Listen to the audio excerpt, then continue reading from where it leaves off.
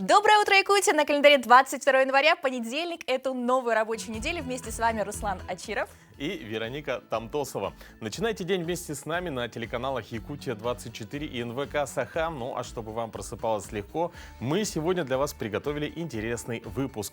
Во-первых, мы расскажем, как плодотворно начать понедельник, сделаем вместе зарядку с нашим первым гостем, фитнес-инструктором, поможем убрать новогодние украшения. Дадим несколько полезных советов, в том числе, как отдохнуть в зимний период, как защитить себя от современных мошенников, а в конце выпуска узнаем все самое интересное о фестивале Муусустар. Так что оставайтесь вместе с нами, у нас всегда интересно, позитивно, и рабочую неделю, конечно, интересно начинать именно с нами на Якутия-24 НВК Саха. А если у вас есть хорошие новости, которые вы спешите поделиться со всей республики, отправляйте их к нам на электронный адрес, который видите на экране. Обязательно ознакомимся со всеми и самые интересные покажем в эфире. Ну а в продолжении хотелось бы отметить, что сегодня я шел на работу, мне показалось, что гораздо теплее сегодня, чем вчера. Ну а насколько именно, давайте узнаем прямо сейчас в нашем прогнозе погоды. Так, и прямо сейчас о погоде на территории республики.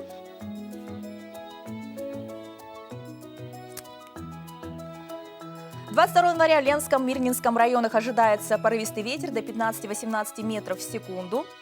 На большей части территории республики ожидается небольшой снег. Ночью на западе, днем местами в центральных районах юга и юго-западе умеренный снег. Ветер порывистый местами на юго-западе и западе Якутии до 15-20 метров в секунду. В Анабарском и Булунском районах порывы достигнут до 19-24 метров в секунду. На побережье до 27-32 метров в секунду. Метели. Температура воздуха днем минус 32, минус 37 градусов. На северо-востоке 38-43 ниже 0. В Эмиконье 45-50 холода. На северо-западе минус 20, минус 25. На юго-западе 12-17 ниже 0. Температура воздуха в городе Якутске в 6 часов утра составила минус 42 градуса. Давление 764 миллиметра ртутного столба. Ветра нет, штиль.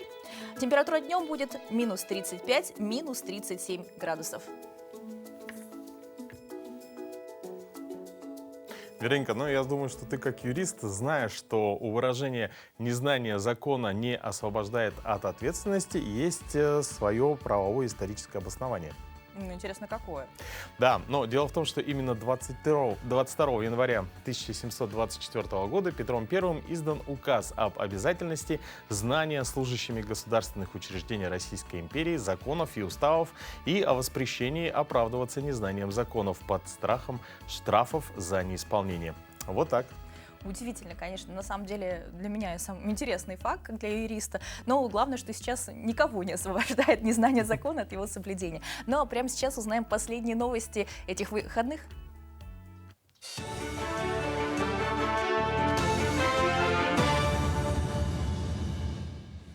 Коллеги, доброе утро. Доброе утро, Якутия. Сейчас блок новостей.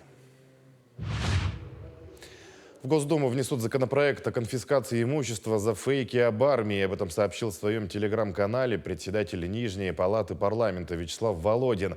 Каждый, кто пытается разрушить Россию, предает ее, должен понести заслуженное наказание и возместить нанесенный стране ущерб за счет своего имущества.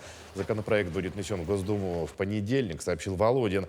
Он напомнил, что ранее обсуждался вопрос о необходимости наказания тех, кто поддерживает нацистов, льет грязь на страну, солдат и офицеров, участвующих в спецоперации.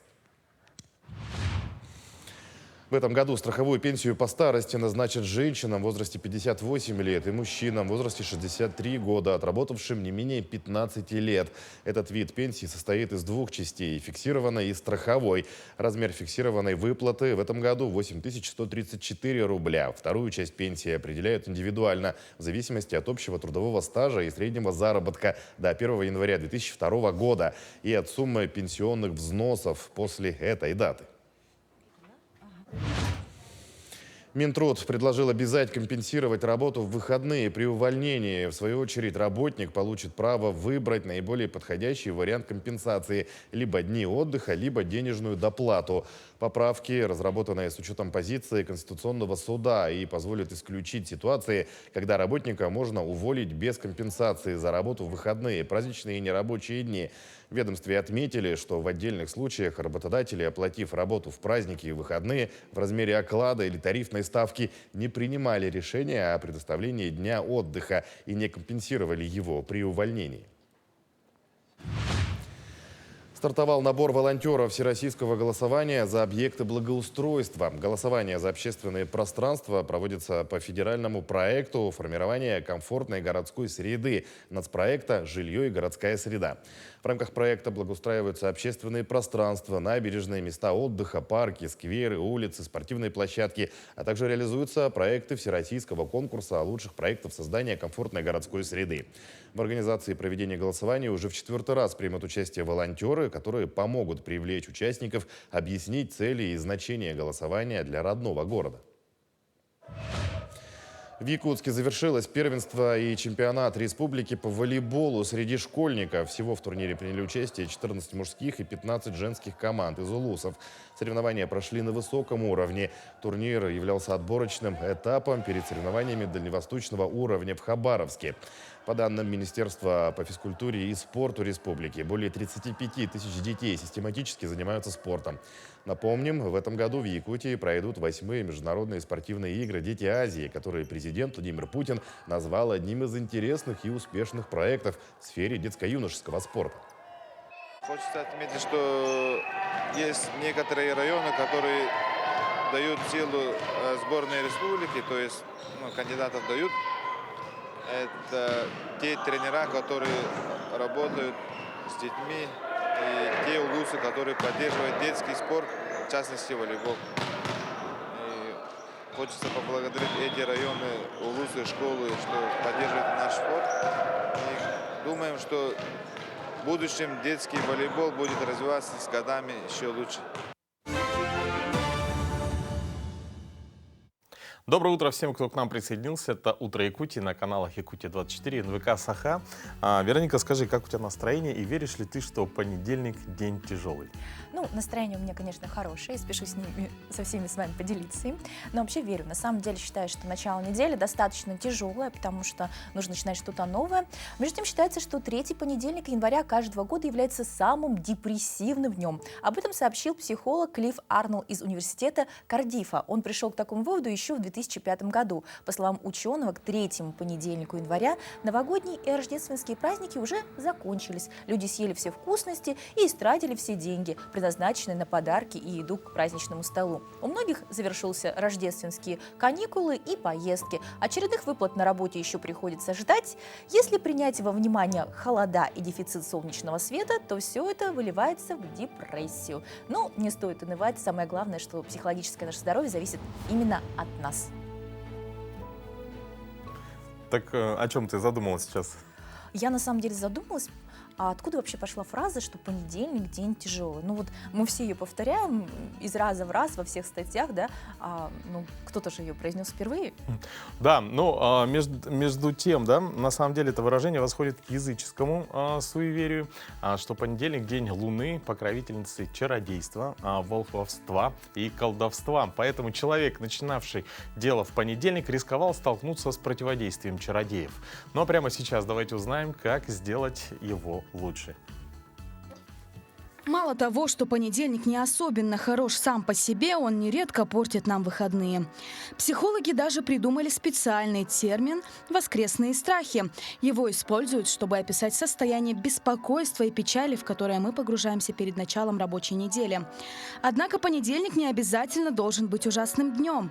Недавно появилась новая техника Minimum Monday, которая позволяет пережить его без потерь, а со временем даже полюбить. Итак, как должен выглядеть понедельник на минималках? Идея концепции заключается в том, что в понедельник ты позволяешь выполнять себе только те задачи, которые точно нельзя отложить. Иными словами, не обязательно реагировать на все электронные письма. Выбери лишь те, которые завтра могут превратиться в тыкву, если на них не ответить.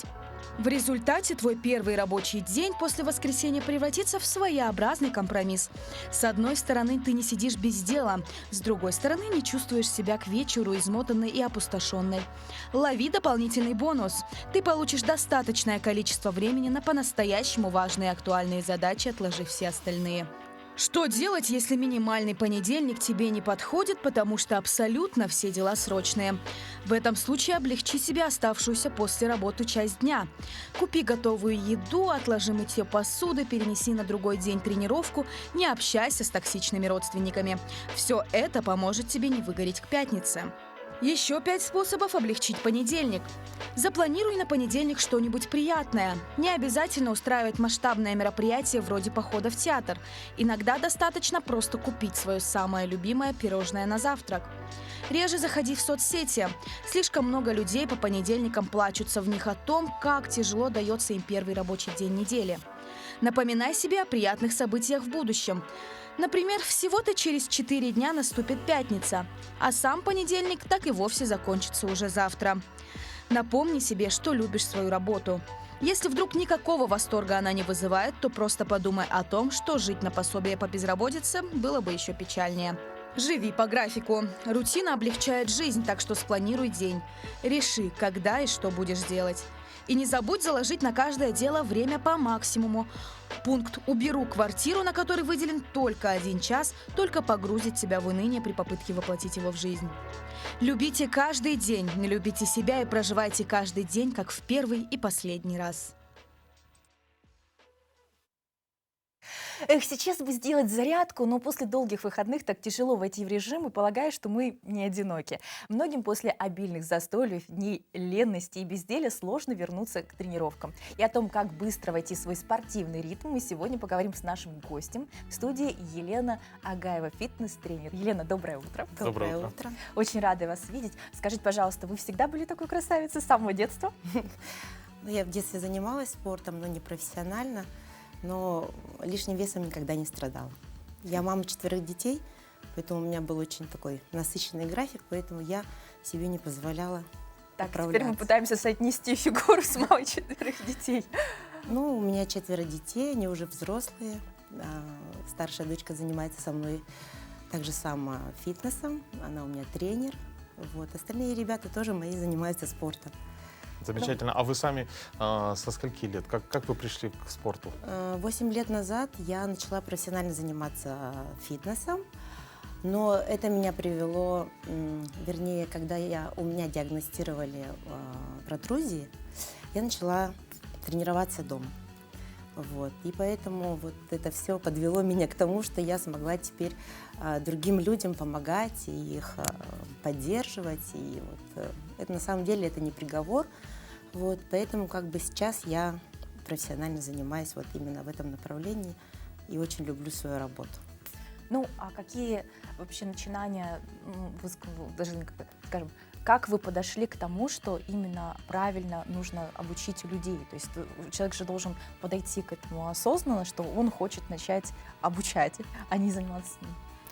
Ну, потому что у меня уже было накоплено очень много знаний, я отучилась, вот, мне стало это интересно, мне стало нравиться, вот, и когда ты понимаешь, что ты можешь помочь человеку, который уже как бы, ну, возможно, он отчаялся, да, потому что это такой диагноз, люди думают, что все, это конец. На самом деле с протрузией, с грыжами очень хорошо и дружно живут, занимаются, укрепляют, и как бы всю жизнь, я уже 17 лет, ну, как бы с этим живу, и это меня не беспокоит, потому что я уже укрепила свои мышцы, вот, что я несу и другим людям, что они тоже это могут. Как прийти в зал? В зал. Ну, в зал прийти нужно осознанно. Никогда не нужно себя заставлять, потому что результата, к сожалению, не будет. Вы должны понять, что это вам нужно, что это не то, что я должна, а я хочу этим заниматься. Потому что это мое здоровье, потому что я хочу быть стройной, красивой.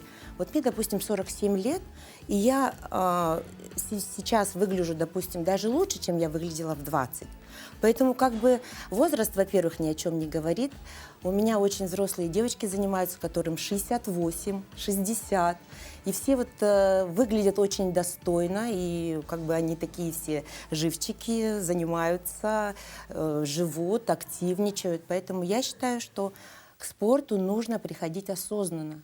Если вы считаете, что это вам не нужно, значит, пока не нужно. Пока не нужно. Да. А скажите, а на что должны обращать люди внимание, да, которые занимаются свободными тренировками? Ну, я думаю, что все-таки должна быть система. Обязательно, если вы даже занимаетесь дома, обязательно это должна быть систематические занятия должны быть. Да? Это не так, сегодня я сделала, завтра не сделала, тоже как бы результата не будет. 15-20 минут, даже самая маленькая тренировка лучше, чем никакой. А как вернуться к спорту после большого перерыва? Ну, хотя бы, понятно, праздники прошли, вот человек, может быть, нерегулярно, но достаточно постоянно старался ходить. Сорвался в праздники, отошел от всех занятий, полежал на диване. Как вернуться? То есть с чего начать? Как себя убедить? Ну, понятно, что он осознанно может понимать, что ему нужно заниматься, но убедить себя дойти до зала не может. Ну, это нужно начать сначала дома. Сначала начать надо с питания. Все постепенно, ничего не надо резко. Вот я там 10 дней пролежала, сейчас резко побегу в зал, начну тренироваться. На самом деле это чревато травмами и как бы разочарованием, да, то, что ты вот сейчас еще не готов. Поэтому вам нужно заняться сначала своим питанием, восстановить сон. Самое важное – это сон, потому что, как правило, мы в празднике что делаем? До 3 ночи не спим, потом до обеда спим, поэтому в первую очередь это нужно нам восстановить сон. Потом питьевой режим. Убрать все газированные напитки, там кофе и начать пить обычную чистую воду. Ну и убрать все вот эти майонезы, ну постараться не кушать жирное. Ну как бы все знают, но никто не... Это очень сложно. Я несколько раз уже начинал отказ от сахара, все, я больше сахар не ем. Потом проходит несколько дней, все-таки в кофе добавляешь. Нет, на самом деле никогда нельзя вот так резко себя ограничивать, потому что есть риск, что вы все равно сорветесь. Поэтому, если вы хотите съесть где-то конфетку, пожалуйста, скушайте и забудьте про нее. Просто не превращайте это в привычку, вот и все. И потом не корите себя за то, Да, что ее съели. обязательно, это самое важное, что не надо себя никогда ругать. Вы что-то съели, начинаете себя все время бесконечно говорить, что я там толстая или там я какая-то безвольная. На самом деле, вам нужно просто потихонечку все убирать. И даже не все. Все можно. Нет на самом деле вредных и хороших продуктов. Есть просто количество, то, которое вы съедаете. Вот и все. Вы можете кушать все, даже бургер раз в месяц. А как часто нужно вот проводить тренировки, чтобы держать себя в тонусе? Вот, может быть, сколько раз в неделю? Ну, 3 раза в неделю для обычного рабочего человека, у которого там такой хороший напряженный режим, заниматься 3 раза в неделю – это вполне достаточно. Ну и единственное, что я прошу всех своих клиентов, вообще обращаюсь к всем зрителям, чтобы обязательно делали хотя бы 5-минутную зарядку. Если вам лень встать, вы можете ее пока делать, прямо вот в постели, не вставая, покрутить ногами, потрясти ручками, чтобы ваши суставы, кости, чтобы ваши мышцы немножечко привыкли, а потом потихонечку вставать. Не нужно вскакивать и бежать. Надо немножко себе, вот как у нас животные, они же тянутся, они вот и нам нужно делать то же самое. Ну, большое спасибо, Елена, за то, что вы сегодня посетили наш эфир. И, Я конечно, тоже желаем вам успехов. Благодарю. Спасибо большое. Ну, а нашим зрителям мы желаем быть всегда в тонусе. И, конечно же, будьте всегда здоровы.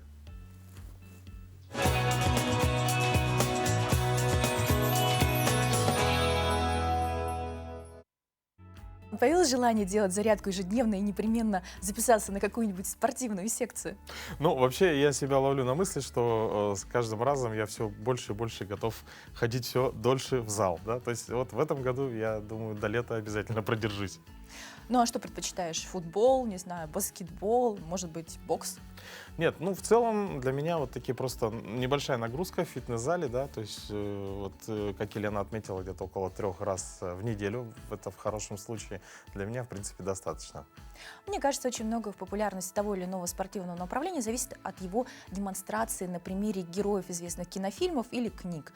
Так сложно не увлечься, например, йогой после просмотра «Ешь, молись, люби», вдохновившись примером героини Джулии Робертс. Как ты считаешь? Ну, я думаю, с тобой абсолютно согласен. И, Ну, кстати, тогда- наши да, зрители посмотрим. могут попробовать это прямо сейчас. Сейчас я вам продемонстрирую один круг Сурья Намаскар. Сурья Намаскар в переводе с санскрита обозначает приветствие солнцу. Давайте начнем. Встаем на передний край коврика. За руками потянулись вверх. Уртва Хастасана. Вдох, прогиб, выдох, Уттанасана. Правой ногой шаг назад. Ашвасанчавасана, вдох, прогиб. Это динамическая практика, и на каждую асану или вдох можно выполнить, или выдох можно выполнить. Руки вниз, планка, кумхатасана. Выдох, аштанга намаскарасана. Со вдохом ныряем вверх, вдох, бхуджангасана. И через колени встаем в собаке мордой вниз. Здесь можно задержаться на 3 цикла дыхания. Адха Мукха Шванасана. Правой ногой вверх, потянулись стопой вперед. Здесь также прогиб, вдох, шаг вперед, выдох, Уттанасана. И с круглой спиной я вам продемонстрирую один полукруг на левую сторону.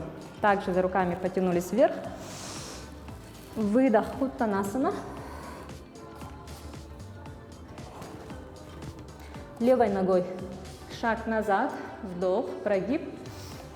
Выдох, планка. Вдох, аштанга намаскарасана. Бхуджангасана. Собака мордой вниз, Адха Мукха Шванасана. Левой ногой вверх. Вдох, прогиб. Выдох. Уттанасана.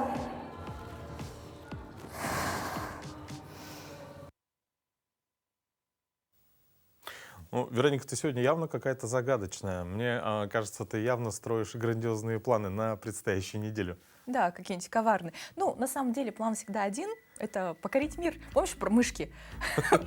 Мультик был. Да-да-да. Ну, зачем действительно развениться по мелочам? Прямо сейчас мы узнаем, будут ли звезды на твоей стороне.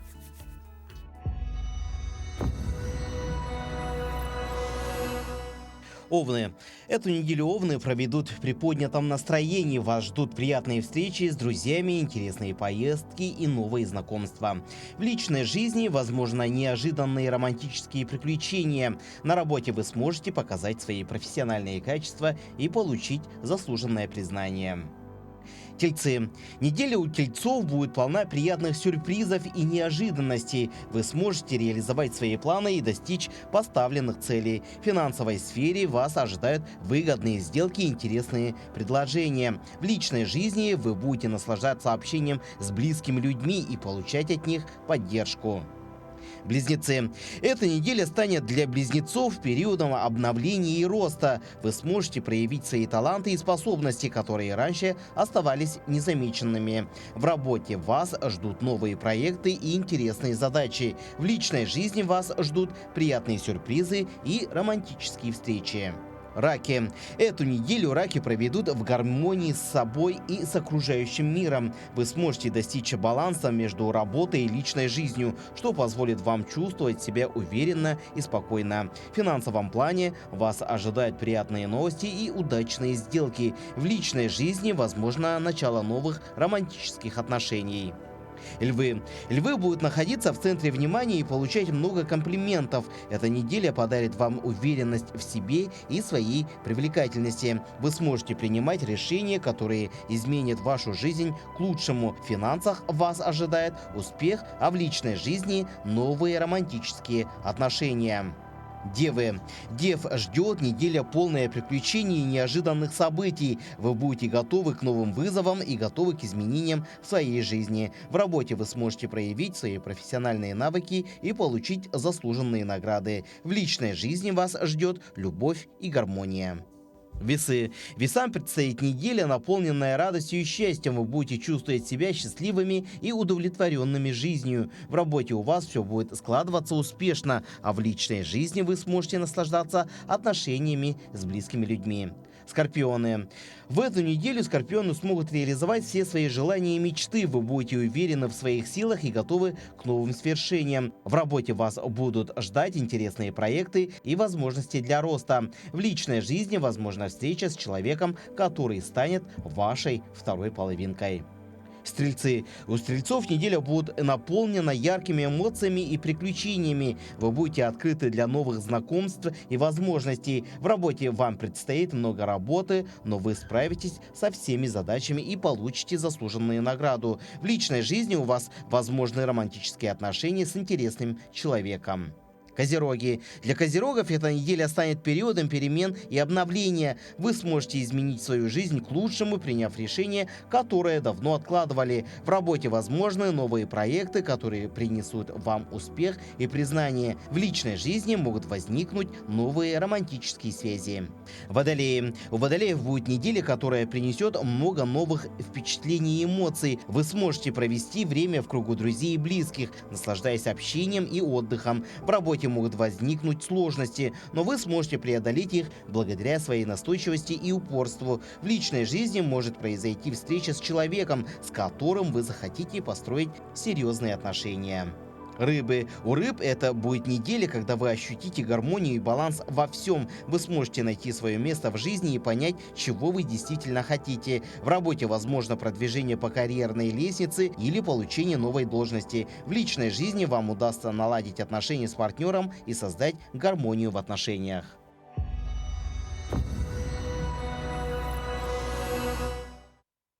Ну что, на этой неделе, судя по гороскопу, меня ожидают приключения. Ну а тем временем россияне массово устремились на Дальний Восток и в Арктику. В Министерстве экономического развития Российской Федерации рассказали о росте турпотока на Дальний Восток и в Арктику на 40%. О том, что россияне поехали на отдых по этим направлениям, также сообщил глава ведомства Максим Решетников. На совещании президента Российской Федерации Владимира Путина с членами правительства Решетников подчеркнул, что по сравнению с 2022 годом турпоток увеличился и добавил, что доля Дальнего Востока и арктических регионов в общем числе турпоездок по России выросла до 8,6%. По словам министра, это очень заметный рост. При этом очень важно, что там вводятся новые номера, растет загрузка существующего номерного фонда, реализуются меры поддержки по линии национального проекта по туризму, отметил Максим Решетников. Ранее президент России Владимир Путин назвал Дальний Восток и Арктику регионами для будущего страны. По мнению главы государства, эти территории нужно развивать по всем направлениям. Ну, на самом деле очень приятно, что отмечают развитие, в том числе нашего региона. Дальний Восток — это, правда, очень существенно. И все чаще начинаешь замечать, что в новостях мелькает, то одни наши где-то что-то заняли, да, где-то что-то победили, да. И это развитие очень важно для каждого. Успехи якутян в Китае в 2024-2025 году станут годами культуры России и Китая. Страны будут тесно сотрудничать в этом сфере. Соответствующее распоряжение об этом подписал президент России Владимир Путин. В начале этого года якутяне участвовали во многих культурных мероприятиях и уже успели добиться результатов в Поднебесной. Так, танцевальный ансамбль «Бриллианты Якутии» завоевал гран-при международного фестиваля конкурса «Зимняя сказка-2024». Мероприятие прошло с 11 по 14 января в китайском городе Харбине. Ансамбль удостоился высокой награды в номинации «Народный танец». На фестивале приняли участие 130 российских конкурсантов из Приморья, Хабаровского края, Республики Саха-Якутия, а также около 200 представителей творческих коллективов Китая. Участники из России были тепло приняты китайской аудиторией. В Китае Якутии представили 18 юных танцоров, среди которых 12 первоклашек и 6 детей в возрасте 11-12 лет. В команду бриллиантов Якутии на международном проекте вошли 34 человека. Основное конкурсное выступление состоялось 13 января во Дворце культуры рабочих города Харбина. Мероприятия фестиваля прошли на разных площадках: в историческом центре города, на площади Собора Святой Софии и на Солнечном острове, где расположен уникальный парк льда и снега. Не менее успешно выступила Академия Кандыкан, получив гран-при международного фестиваля в Поднебесной. Постановка по сказке «Невероятная история Кандыкан» стала победителем гран-при 12-го международного фестиваля культуры и искусств «Русский Харбин-2023» в Китае. Фестиваль «Русский Харбин» проходит ежегодно с 2005 года и стал известным как важное культурное событие высокого уровня. Организуется фестиваль Министерством культуры провинции Хэйлунцзян и Центральным телевидением Харбина. Основной целью фестиваля является сохранение и продвижение русско-китайского культурного наследия. Отличились и наши мастера. Скульпторы из Якутии заняли призовое место в крупнейшем международном фестивале скульптур из снега и льда в Китае. Николай Петров из Верхневилюйского района и Архип Скрябин из Мегино-Кангаласского района заняли второе место в крупнейшем в мире международном фестивале скульптур из льда и снега в городе Харбин. На международном фестивале на севере Китая скульпторы защитили честь республики. Их команда называлась «Челбон», а скульптура, которую они смастерили, называлась «Чисхан». За второе место им вручили сертификат на 15 тысяч юаней, но это 188 тысяч рублей. Третье место в этом конкурсе также заняла команда из Якутии «Северный ветер» в составе Румянцева Ивана и Петрова Романа. Они получили сертификат на 10 тысяч юаней, это 125 тысяч рублей. Их композиция называется «Сны». Ежегодный международный фестиваль снега и льда в Харбине проводится на протяжении 60 лет. В этом году в конкурсе приняли участие более 30 команд из 7 стран мира. Кстати, в предыдущие годы, в 2006 и 2020 годах, мастера из Якутии также успешно участвовали в харбинском конкурсе, завоевывая высокие призовые места.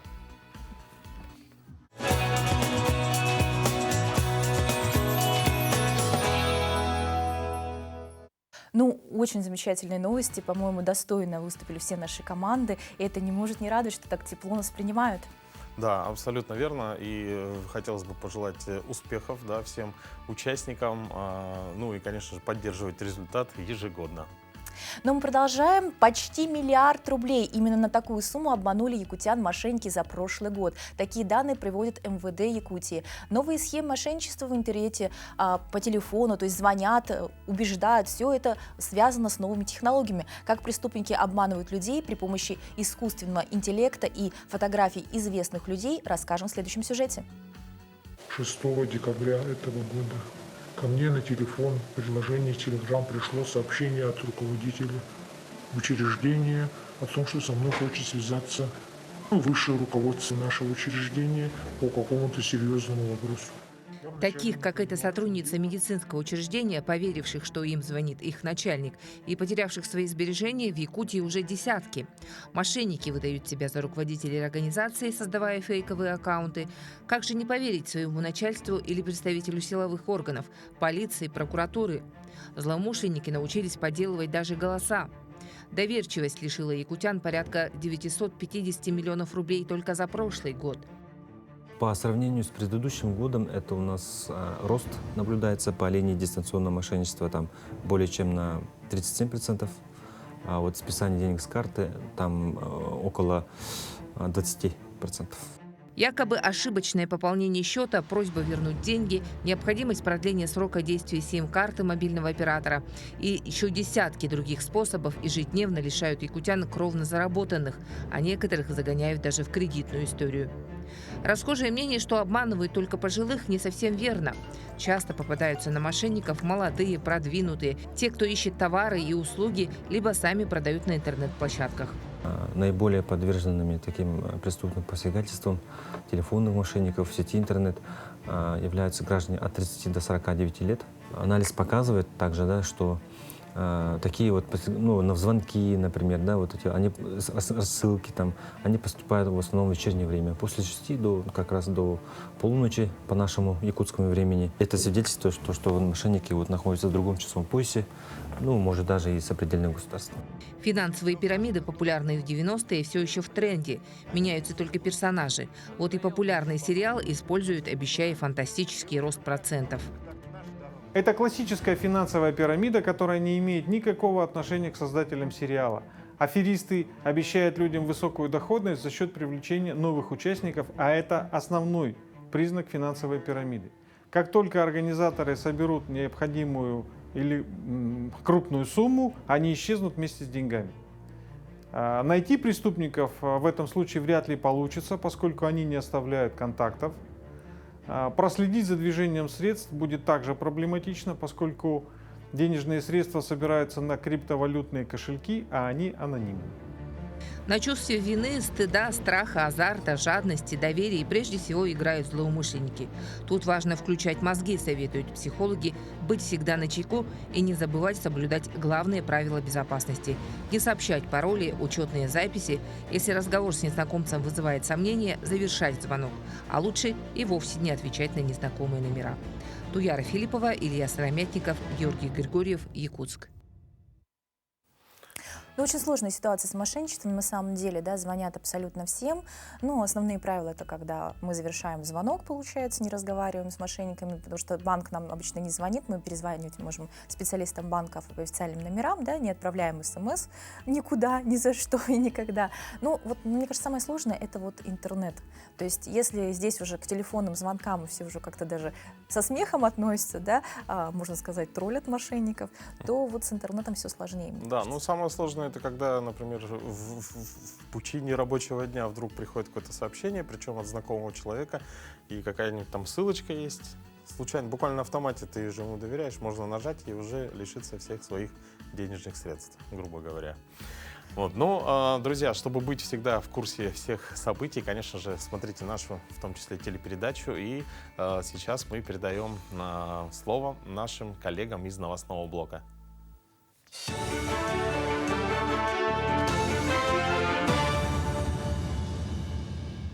Якутия, доброе утро. Далее предлагаем блок новостей. Правительство России начало работу над новым национальным проектом «Транспорт». Сейчас в сфере транспорта реализуются два крупных нацпроекта: безопасные и качественные дороги и комплексный план модернизации и расширения магистральной инфраструктуры. Оба они заканчивают действие в этом году, и новый нацпроект «Транспорт» должен стать их преемником. Отмечается, что новый нацпроект – это, по сути, впервые осуществляемая попытка создания системы планирования и реализации развития транспортной инфраструктуры в нашей стране, исходя из конечной задачи, которую поставил президент, связанной с повышением мобильности населения и обеспечением доступности транспортных сетей для грузоперевозок с учетом освоения новых для нашей страны внешних рынков дружественных стран. Почти 300 тысяч флаконов обновленной вакцины от коронавирусной инфекции «Спутник Лайт» переданы в российские регионы. Напомним, 11 декабря пресс-служба Минздрава России сообщила о регистрации обновленного «Спутника Лайт».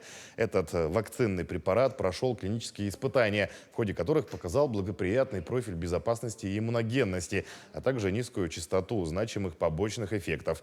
12 декабря вакцину с обновленным антигенным составом ввели в гражданский оборот. В якутской духовной семинарии владыка якутский Ленский Роман встретился с членами семей погибших бойцов на специальной военной операции. Инициатором выступила республиканская общественная организация «Союз семей Якутии. Память воинов СВО». Цель мероприятия – помочь семьям, матерям облегчить боль утраты. И такие встречи укрепляют веру и служат поддержкой. В дальнейшем взаимодействие будет продолжено со всеми, кто желает обращаться за помощью и молитвой, отметил владыка Роман. Наш союз существует уже почти 1,5 года, практически с начала специальной военной операции. Направлений работы в нашем союзе очень много. Это и психологическое направление, и всевозможные, их очень много, но одно из них, самое важное направление, это, конечно, духовно-нравственное направление. Мы сотрудничаем с Якутской Ленской епархией уже год.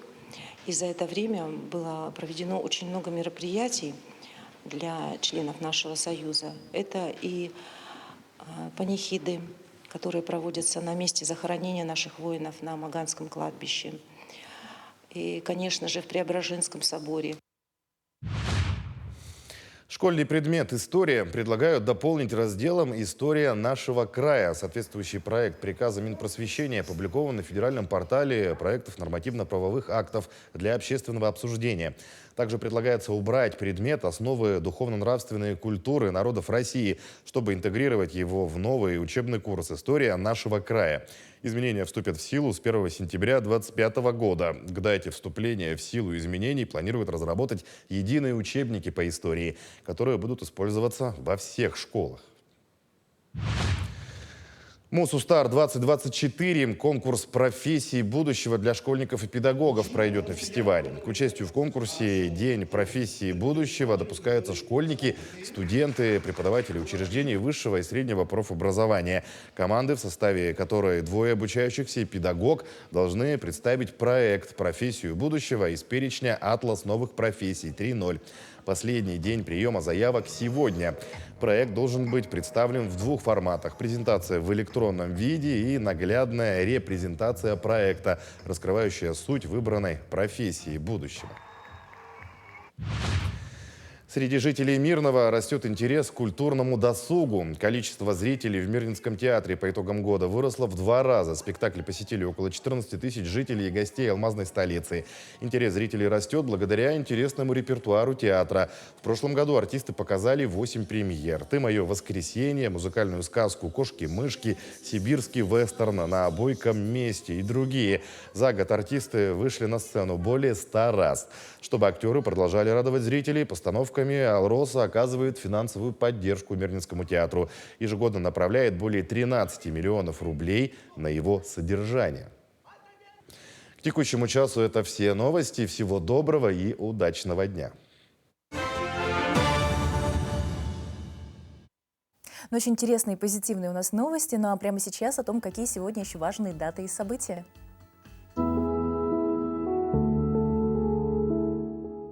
Сегодня в стране отмечают День авиации войск ПВО России. Приказ об учреждении праздника был подписан еще в 1996 году главнокомандующим войсками ПВО Российской Федерации, на тот момент являвшимся самостоятельным видом войск.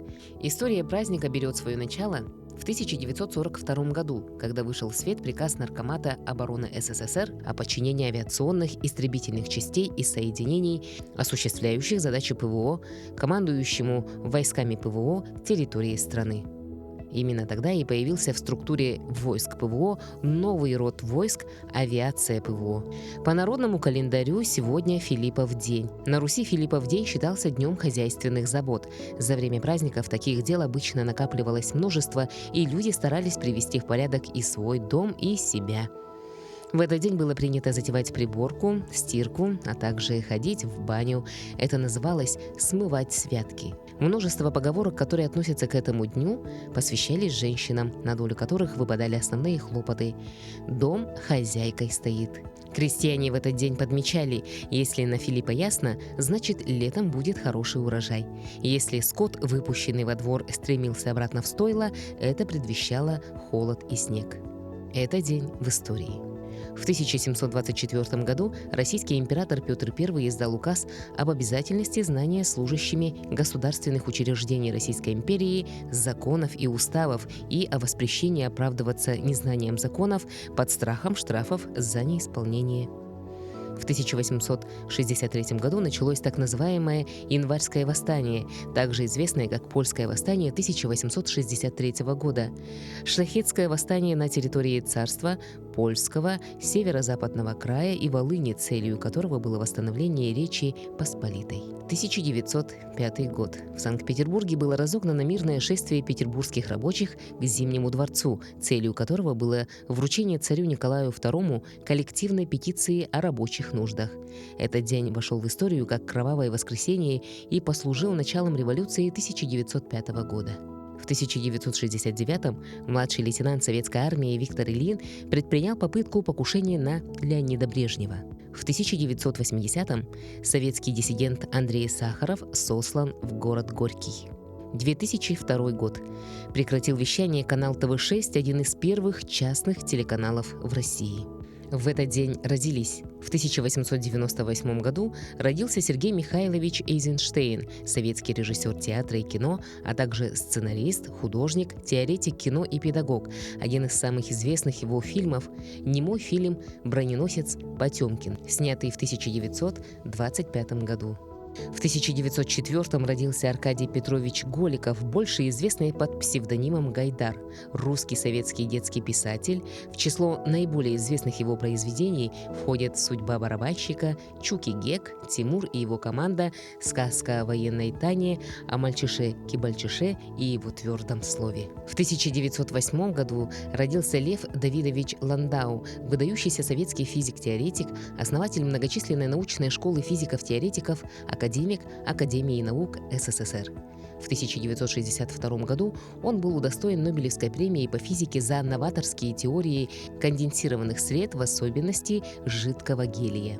В 1922 году родился Юрий Давидович Левитанский, советский и российский поэт и переводчик, мастер пародийного и лирического жанров. Широкую известность ему принес сборник стихов «Земное небо», изданный в 1963 году. В 1935-м родилась Валентина Илларионовна Талызина, советская и российская актриса театра и кино, начавшая активно сниматься в кино в конце 1960-х. Интересно, что в фильме «Ирония судьбы» или «С легким паром» она не только сыграла роль подруги главной героини Нади, но и озвучила саму главную героиню. В 1954 году родился Леонид Исаакович Ермольник, советский и российский актер театра и кино, а также продюсер и телеведущий. Именины сегодня отмечают Антонина, Евстратий, Захар, Никандр, Павел, Пантелеймон, Петр, Париевкт, Самей и Филипп.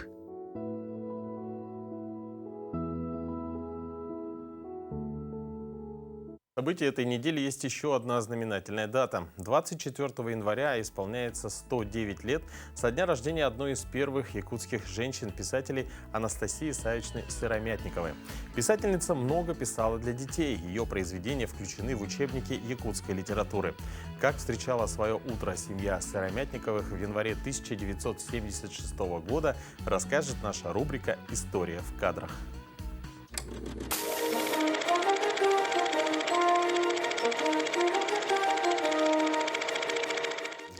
Доброе утро, дорогие телезрители!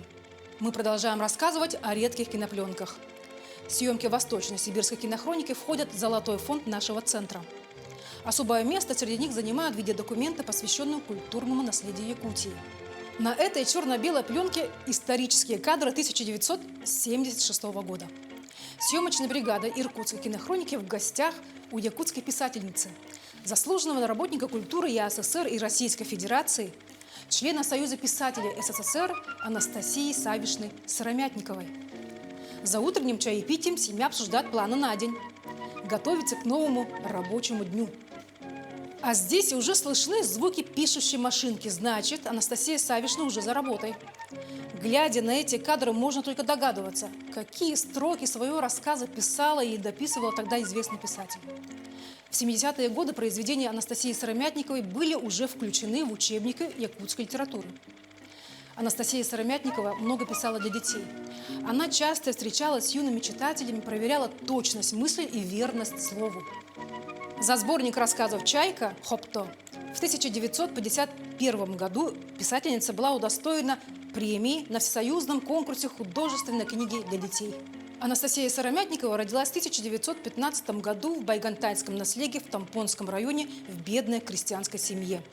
После окончания Крис-Халджайской школы она закончила Якутскую областную партийную школу. А в 1961 году окончила высшие литературные курсы при Литературном институте имени Горького. Можно сказать, что 1938 год был для нее переломным, потому что это было время пробы пера. Начала она работать в редакции КИМ в качестве редактора, а затем вся ее творческая литературная жизнь уже тесно была связана с книгоиздательством. Анастасия Сыромятникова начала свой литературный путь с написания с небольших очерков и повести, а на рубеже 40-х годов уже вышли ее первые произведения «Девушка-колхозница» и «Путешествие».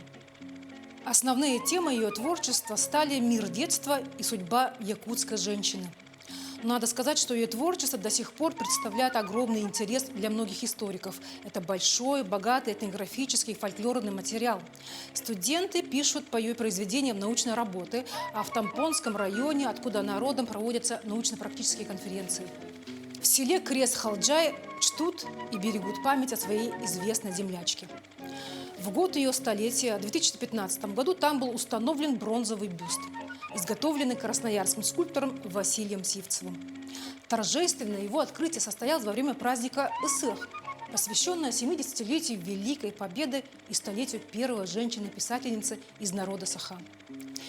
А указом президента Якутии Вячеславом Штыровым в 2005 году Арыталонская образовательная школа гордо носит ее имя. По мнению литературоведов, автор романов Кыс Хотун «Родные просторы» внесла огромный вклад в развитие жанров прозы в якутской литературе. В ее произведениях «Чайка», «Подруги», «Заря свободы» тонко раскрыты судьбы людей. Творчество Анастасии Сыромятниковой многогранно. Оно проявилось в нескольких ракурсах.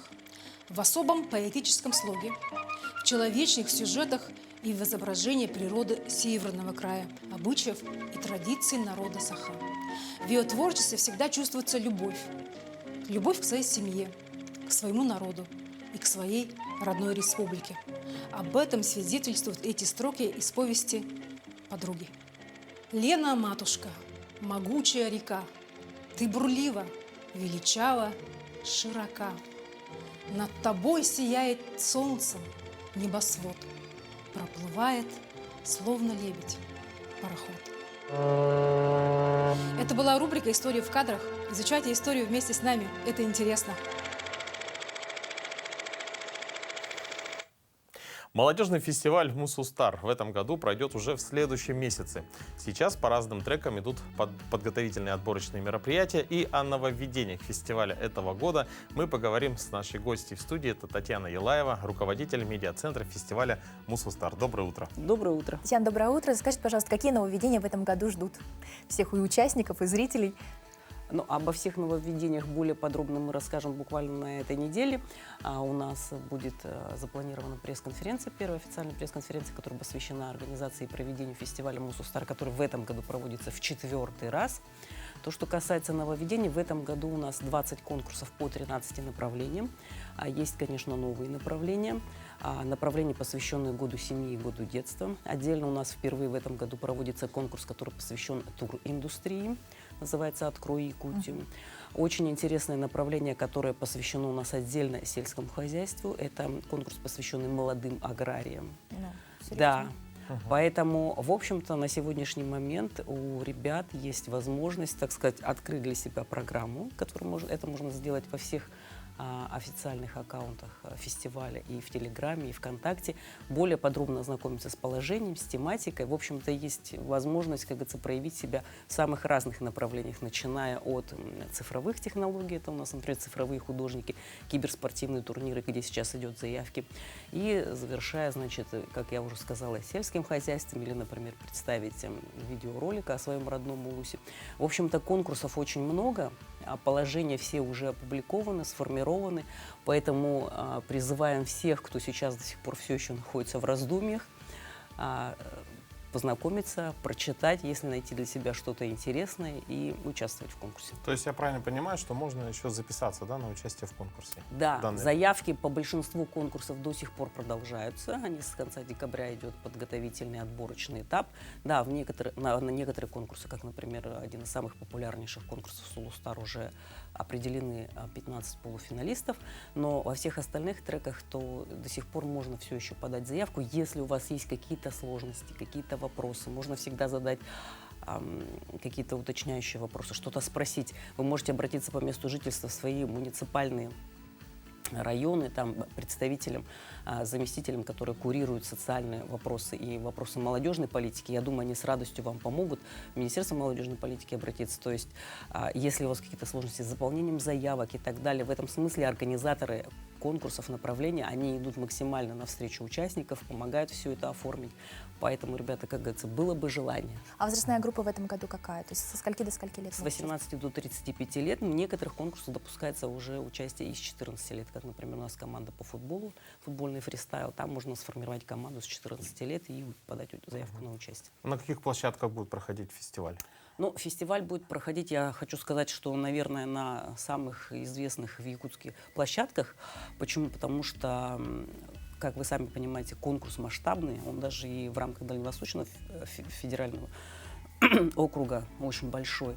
То есть вы же понимаете, 20 конкурсов, поэтому каждое свое направление будет вести. У нас будут площадки задействованы в финальных мероприятиях. Это и там точка кипения, и университет, и так далее. То есть очень много будет площадок, но финал пройдет по традиции в спорткомплексе «Триумф» 17 февраля. Всех участников и гостей мероприятия мы там ждем. На ваш взгляд, да, какие самые яркие направления? Вот, Ну что, да, обязательно нужно традиционно? не пропустить. Ну, вы знаете, тут кому, как говорится, что ближе. Поэтому мы, как люди, которые уже второй год освещают это мероприятие, близко общаются с самими участниками, с конкурсантами, конечно, понятно, что сегодня у молодых людей, ну, разброс интересов огромный. То есть, как бы, мы за всех за них очень болеем. Как, например, в прошлом году нас совершенно покорила команда Булунского ВУЗа. Мы с самого начала, как только с ними познакомились, за них очень переживали. И когда они победили как лучший арктический вуз, на наш взгляд, была совершенно заслуженная победа. Очень радовались за ребят, от души их поздравляли. Очень рада за тех ребят, которым удалось не просто победить, но и со своим проектом потом пойти, как говорится, в большую жизнь, суметь найти единомышленников, инвесторов, превратить это все в жизнь.